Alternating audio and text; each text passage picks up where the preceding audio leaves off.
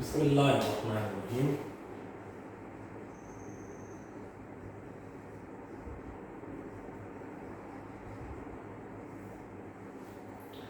عزیز طلباء و طالبات، ہم لوگ بی اے سال اول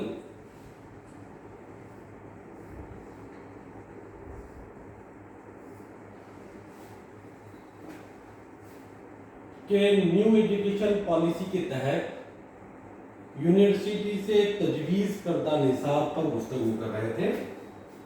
ہم نے پچھلے لیکچرز میں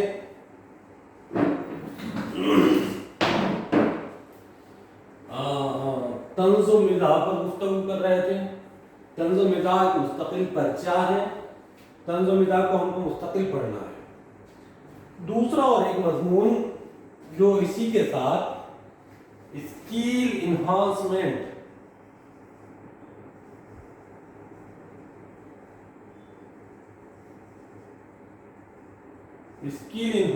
کے عنوان سے ہے،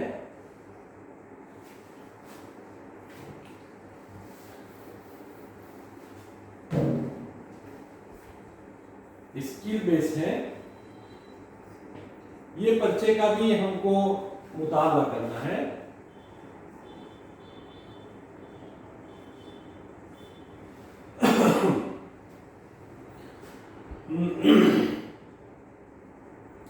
ایس ای سی اسکیل انہانسمنٹ کورس، اس میں ہم کو جو پرچہ دیا گیا وہ ہے کہانی نویسی۔ پرچے کا نام ہے کہانی نویسی، اور یہ پرچہ 30 مارک کا ہے، 30 نشانات اور 2 کریڈٹ کا ہے۔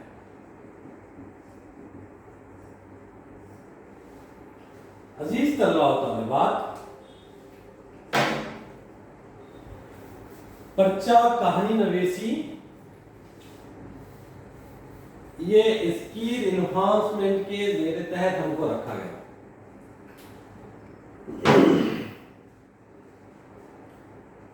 30 نشانات اور 2 کریڈٹ کا یہ پرچہ جس کا ہم کو مطالعہ کرنا ہے۔ آئیے اس پرچے کے ذیلی اور ضمنی نکات پر بحث کرنے سے پہلے، گفتگو کرنے سے پہلے، ہم لوگ اور اس پرچے کے مقاصد کو پیش نظر رکھتے ہوئے پہلے کہانی کے ارد گرد تھوڑی گفتگو کر لیں، تاکہ ہم کو یہ اندازہ ہو کہ یہ پرچہ رکھنے کا مقصد کیا تھا اور اس سے ہم کو کتنا فائدہ ہو سکتا ہے۔ کیونکہ یہ پرچہ یونیورسٹی نے جس عنوان کے زیر تحت رکھا، جسے ہم اسکیل انہانسمنٹ بھی کہتے ہیں، کہ اردو زبان سیکھنے والے طلباء و طالبات میں، اردو تعلیم حاصل کرنے والے طلباء و طالبات میں اردو زبان سے متعلق وہ ہنرمندانہ جوہر بھی ان طلباء و طالبات کے اندر آئے، جس سے وہ اردو ذریعے تعلیم سے تعلیم و تدریس کے مراحل کی تکمیل کے بعد جب یہ معاشرے میں جائے تو اپنی اس اسکیل کے ذریعے، اپنے اس ہنر کے ذریعے وہ ایک باوقار روزگار اور باوقار ذریعے معاش سے جڑیں۔ تعلیم کا مقصد قطعی یہ نہیں ہے کہ آدمی اس سے معاش حاصل کرے۔ میں بھی اس بات کا قطعی قائل نہیں ہوں کہ آدمی علم کے ذریعے سے معاش حاصل کرے، بلکہ علم اور تعلیم یہ تو انسان کو انسان بنانے کا ہنر ہے۔ نہ کہ انسان کو کمائی کا ذریعہ یا معاش حاصل کرنے کا ذریعہ. اس لیے لیکن تعلیم کے ذریعے سے کچھ ہنر حاصل کیے جا سکتے ہیں اور اس ہنر کے ذریعے سے ہم اپنی زندگی کے ذریعے معاش کے مواقع تلاش کر سکتے ہیں، ذریعے معاش کے مواقع فراہم کر سکتے ہیں. ہم اپنی تعلیم کی تکمیل کے بعد ایک باوقار شخصیت، باعزت شخصیت، ایک محب وطن شہری، ایک پرعزم مقاصد کے مالک فرد اور ایک ہنرمند شخص بن کر تعلیم سے فراغت کے بعد ہم اپنے معاشرے میں پیش ہوں. جب ہم معاشرے میں اس طریقے کی درس و تدریس حاصل کر کر، تعلیم حاصل کر کر پہنچیں گے تو میں ایک وقت میں یقیناً ایک صالح اقدار،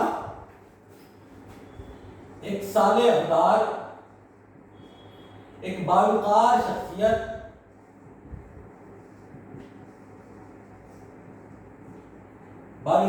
ایک محب وطن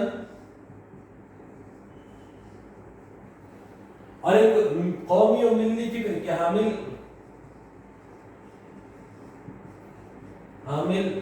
شخصیت کے ساتھ ہی ساتھ ہم ایک باہنر فرد بن کر معاشرے میں آئیں گے.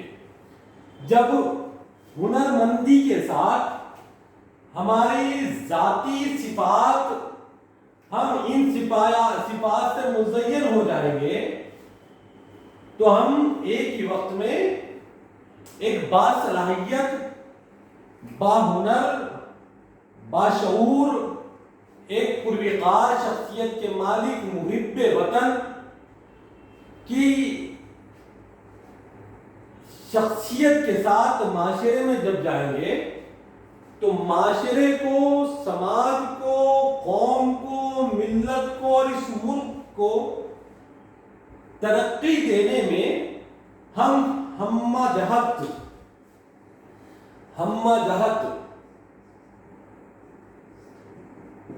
کارآمد ثابت ہوں گے. ورنہ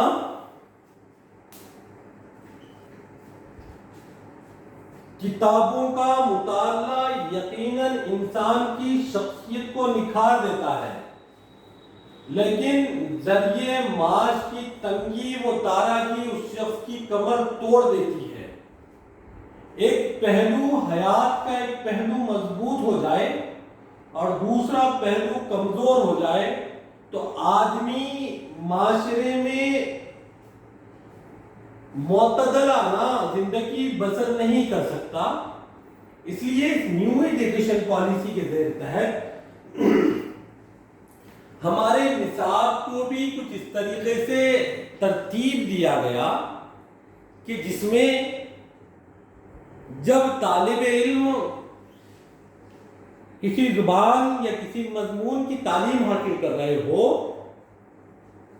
تو ان کو کوئی ایسا ہنر بھی اس زبان اور اس مضمون کے زیر تحت سکھایا جائے جس کے تحت وہ معاشرے میں نکل کر اپنی پریکٹیکل لائف میں وہ کچھ یہاں سے ہنر بھی ساتھ لے کر جائے اور ایک باوقار زندگی گزارنے کے لیے وہ اپنے معاشرے میں ایک پرعزم زندگی گزارنے کے لیے اور اپنی مخلوق الحالی سے اور تاراکی سے باہر نکلنے کے لیے اپنے اس ہنر کو بروئے کار لاتے ہوئے اپنے معاشی وسائل اور مسائل کا سد باب بھی کریں. تو عزیز طلباء و طالبات، اسی مقصد کے زیر تحت ہمارے نصاب میں شامل کہانی نویسی ایک پرچہ ہے. کہانی نویسی ایک پرچہ. اب آپ کہیں گے کہ یہ کہانی نویسی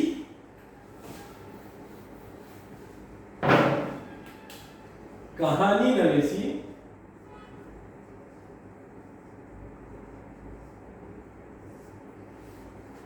اور روزگار کا کیا تعلق؟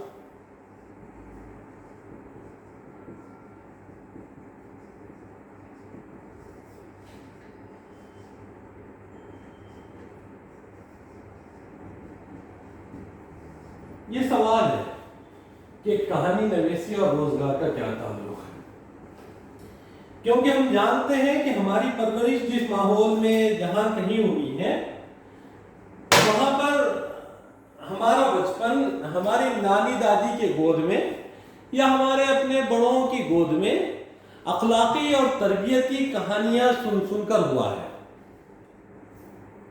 اب وہ کہانیاں اپنی جگہ رہی، ہم نے تھوڑا شعور سنبھالا، ٹی وی کی طرف رغبت بھی ہمارے دور میں، تو ہم نے فلم دیکھی، ہم سمجھتے ہیں کہ یہ کہانی ہے۔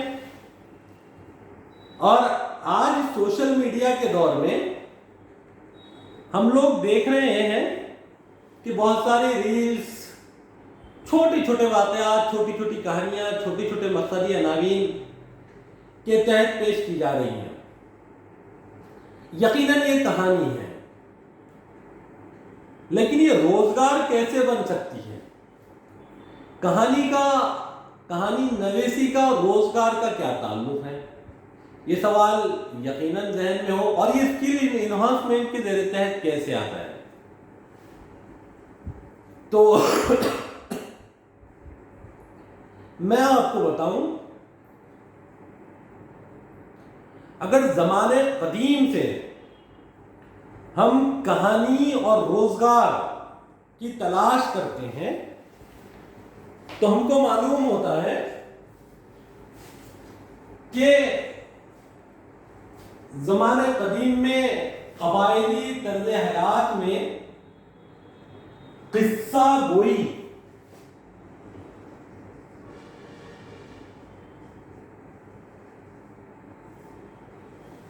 ایک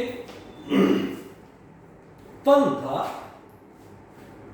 اور قصہ گو باضابطہ ہر معاشرے میں موجود ہوتے تھے۔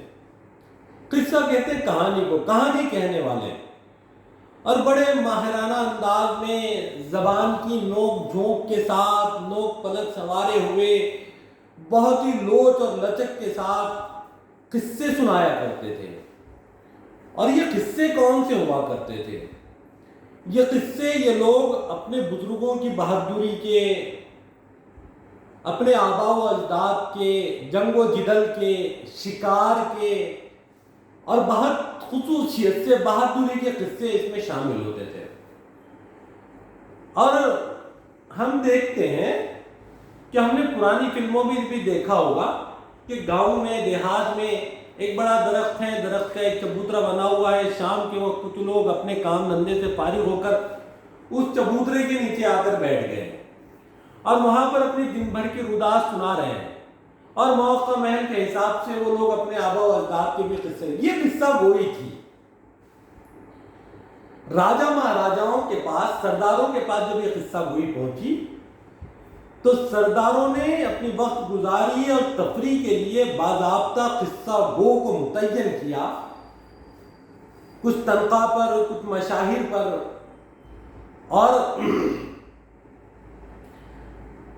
ہمارے سامنے یہ بات ہے کہ قصہ گو زبان کے بڑے دھنی ہوتے تھے، یہ سامعین کی نفسیات کو سمجھنے والے ہوتے تھے، اور یہ جب اپنی قصہ گوئی یا داستان گوئی کو شروع کرتے تو ایک ماحول بنا دیتے تھے اور سارے معاشرے کو اس ماحول میں جکڑ لیتے تھے۔ اور اگر ہم دیکھتے ہیں تو قصہ گوئی شاہوں کے دربار میں پہنچی تو داستان گوئی کی شکل میں پہنچی ہیں۔ اب یہ داستانیں جو سنائی جاتی تھی، یہ قصے جو سنائے جاتے تھے، یہ زبانی قصے سنائے جاتے تھے۔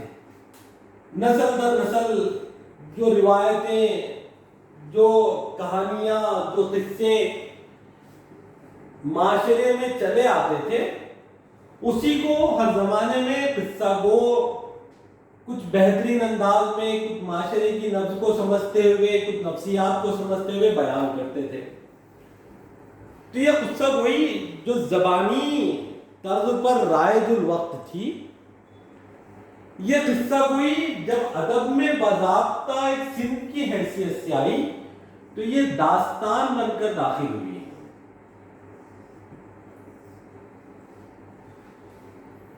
اب اس داستان کو ہم دیکھتے ہیں یہ داستان ہے کیا. تو ایک قصہ آج سنا کر میں آپ کو اس بات کو یہ قصے کے عنوان کو یہاں ختم کرتا ہوں. ایک کہانی ہے، عربی کہانی. آپ لوگوں نے ٹی وی سیریل دیکھا ہوگا الف لیلا. الف لیلا یہ کہانی کا پورا نام ہے. الف لیل و نہار. الف کہتے ہیں ہزار کو، لیل کہتے ہیں رات کو. اور آپ نے الف لیلا کے اندر ایک مووی بھی بنی تھی لیلا مجنوں کی. تو یہ لیلا مجنوں کی جو مووی بنی، جو قصہ ہے، ہم لیلا مجنوں کی کہانیاں سنتے ہیں یا فلم جو بنا تھا اس کے اندر یہ گانا بھی تھا کہ کوئی پتھر سے نہ مارے میرے دیوانے کو، کہ مجنوں کو مارا جاتا تو درد لیلا کو ہوتا تھا، لیلا کو مارا جاتا تو درد مجنوں کو ہوتا تھا. یعنی وہ دونوں محبت میں اس قدر تعلق بن چکا تھا کہ ایک دو جسم ایک جان ہو گئے تھے. بہرحال یہ قصہ ہے الف لیلا. عربی داستانوں میں کی ایک داستان ہے. میں داستان کیا ہے یہ سمجھانے کے لیے قصے کی طرف آیا ہوں اور پھر کہانی نویسی کیا ہے اس طرف بڑھیں گے. تو ہم نے دیکھا کہ یہ کہانی کی کتابوں میں لکھا ہے، الف لیلا کے مقدمے میں لکھا ہے کہ ایک بادشاہ ہوا کرتا تھا اور اس کو رات میں سوتے وقت کہانیاں سننے کا بڑا شوق تھا. جب تک کوئی قصہ کوئی کہانی اس کے پاس نہ آ جاتی تو وہ سنتا نہیں، وہ سو نہیں پاتا. اور اس کی ایک شرط تھی اپنی بیوی سے کہ ایسی بیوی ملے جو مجھے کہانی سنا کر سنائے. اور جس دن کہانی ختم ہو جاتی اس دن وہ اس عورت کو طلاق دے دیتا، قتل کر دیتا. بہرحال جو اس سے قصہ ختم کرتا. اب ہوا یہ کہ بادشاہ نے کئی بیویوں سے کہانیاں سنی اور کہیں نہ کہیں آ کر کہانی ختم ہو جاتی تھی. اب ایک بڑی شاطر بیوی اس کو میسر آئی، ملی، اور اس نے جب قصہ شروع کیے تو ایک قصے سے دوسرا، دوسرے سے تیسرا، تیسرے سے چوتھا، قصہ در قصہ تسلسل کے ساتھ اور ایسے معطوف الفطرت عناصر اور ایسے عجیب الخلقت عناصر سے اپنے قصوں کو بھر دیا کہ وہ کئی راتوں تک یا الف لیل 1000 رات تک اس کا قصہ چلا. اور یہ قصے داستان کی بنیاد بنے اور یہی قصے جب قلم پر آئے تو یہ الف لیلا کے الف لیلا، الف لیل و نہار کے نام سے مشہور ہوئے. دراصل عربی قصے ہیں. تو داستان کی بات یہ بنی کہ ایک قصے سے دوسرا، دوسرے سے تیسرا، قصہ در قصہ جس کے اندر شامل ہو داستانیں، طویل تر داستانیں رہی ہیں. تو بنیادی بات یہ کہ ان داستانوں کے پس پردہ ایک کہانی ہے اور بادشاہوں نے کہانی گو، قصہ گو، داستان گو باضابطہ اپنے درباروں میں رکھے تھے. یعنی کہانی سنانے کا فن، داستان گوئی کا فن، قصہ گوئی کا فن روز اول سے ہمارے پاس ذریعے معاش کا، روزگار کا ایک ذریعہ رہا ہے. ذریعے معاش، روزگار کا ذریعہ رہا ہے. اس لیے کہانی نویسی بھی آج کے دور میں ہمارے لیے معاش کا ذریعہ ہے. اب اس پر مستقل بحث، اس پر مستقل گفتگو، کہانی کیا ہے، کہانی کیسی لکھی جائے، اس کا ذریعے معاش سے کیا تعلق ہے. جب میں آپ کے سامنے اس کی تفصیل سے سارا ایک سینیرو رکھوں، پورا ایک گفتگو کروں تو آپ کو معلوم ہوگا کہ اتنا آسان سا فن ہے جس کے ذریعے سے ہم بہت بہترین روزگار حاصل کر سکتے ہیں، بہت بہترین اور باوقار ذریعے معاش سے جڑ سکتے ہیں، اور معاشرے کے اندر ہمارا ایک مقام، ہمارا ایک اسٹیٹس اور ایک اچھا مستقل روزگار فراہم ہو سکتا ہے، تو یقیناً آپ لوگ بہت دلچسپی سے اس بات کو سنیں گے۔